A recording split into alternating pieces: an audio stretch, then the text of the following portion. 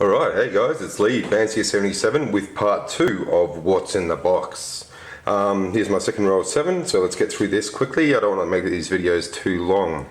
So what we have here is my Mcusta Tsuchi, small, aluminium frame, polished, dimpled.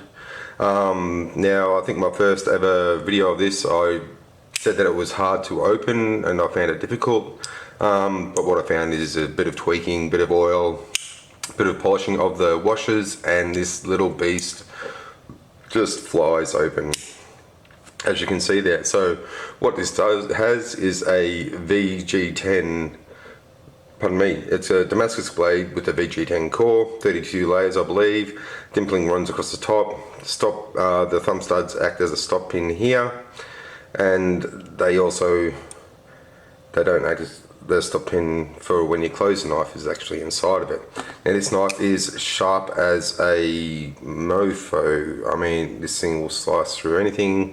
The point on it is extremely needle sharp, and yeah, it is just an absolute beauty of a knife. Made in Seki, Japan, and yeah, it's truly lovely. It's truly a work of art, and I love this beast. And blue anodized thumb studs, and yeah, truly awesome. Okay, let's go on to the next one. Okay, what we have here is a gift from Troublemaker, a CRKT Squid. You haven't seen a video on this. He made me this lanyard here with a reflective black paracord to go on there so I don't lose it, because it is a nice little knife. A heavy knife, stainless steel scales and lock face. So there's no stainless steel insert on this blade. I think it's 8CR13 MOV, and it is based off the Burnley designed Squid. So it's also pretty awesome to see big knife companies teaming up with knife makers to provide an affordable blade of their designs, and centering here is beautiful. Nice solid lock up, great opening. And yeah, very, very nice little knife. Okay, and then we've got, what is this one here? Oh, my Ontario Utilitac 2. Now, this one here is, you've seen this before, this is an awesome knife. American style tanto, very, very sharp point, flat grind down here by the feel of it. Very sharp knife, Oz 8A steel, and I've actually just hacked out a bit of a thumb finger rests in there just to make it a bit more comfortable, as this handle itself is a bit square. You can get one that's a bit more rounded and a bit more ergonomic, but yeah, I like this knife. It's really great value knife for the price, $66 Australian, and yeah, it is an absolute dream. This flies open, line of lock, never had an issue with the lock up on this, you know, goes right to the center of the blade tang itself, and it is a beautiful, beautiful knife. And on this you'll notice that I've got a lanyard here and a bead. So this lanyard and bead itself is made by Sharp Stuff AU on Instagram. So you'll see a few of my knives with these on it. Yeah, so he provides the little lanyard and the bead itself, and if you want to look him up, here we go, Sharp Stuff AU, and Facebook and Instagram, you know, get onto him. He's got some good stuff. He's got a couple of auctions going at the moment for some of his stuff, so I'd suggest get on there and have a look, and if you like it, have a bit of a bid. Here we have my Ontario Rat 2.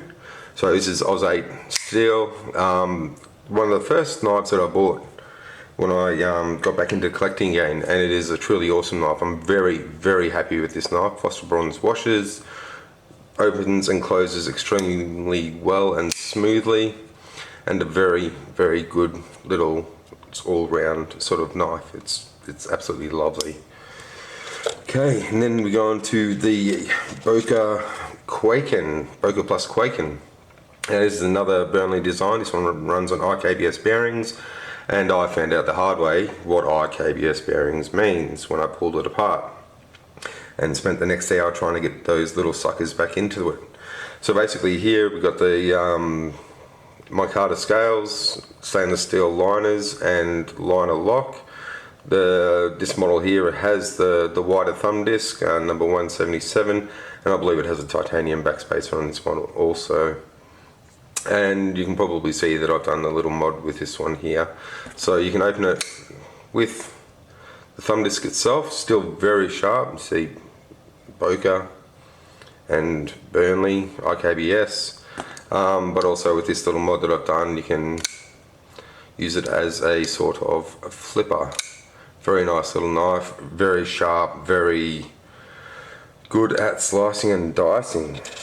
Now here's a new one that you wouldn't have seen yet unless you're on my Instagram, is a Benchmade Contego 810, and this is a very large knife, 4-inch blade I believe on this, Benchmade 810, Osborne design, M4 blade, CPM M4 blade steel, G10 scales, stainless steel liners, the axis lock, runs very smoothly, and there is a tiny little bit of wear on this CRKT, but yeah, I've done some chopping tests, stabbing tests with this knife, and that CRKT is sticking fast.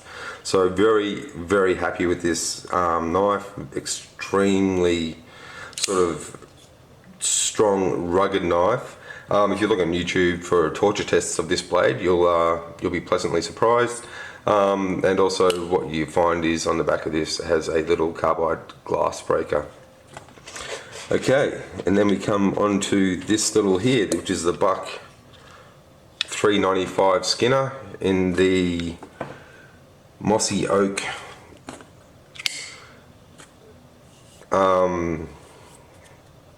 camo orange, bright orange.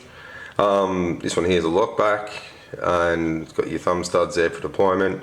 I'm pretty sure this is 8CR13 MOV steel on this, or 440C, one of the two. But bit of tweaking on this, and she runs very smoothly, chops very well, cuts very well. The belly on this is ideal, and it is just a beautiful little knife. This is a gift, and I absolutely love it. Hand fits in there nice and snug. It actually grips on there very well, and the belly on this, you know, makes for great skinning tasks, which is why it's called the Skinner. Alrighty, so that's part 2 out of the way. I'll be back at some point with part 3. Thanks for watching. See ya.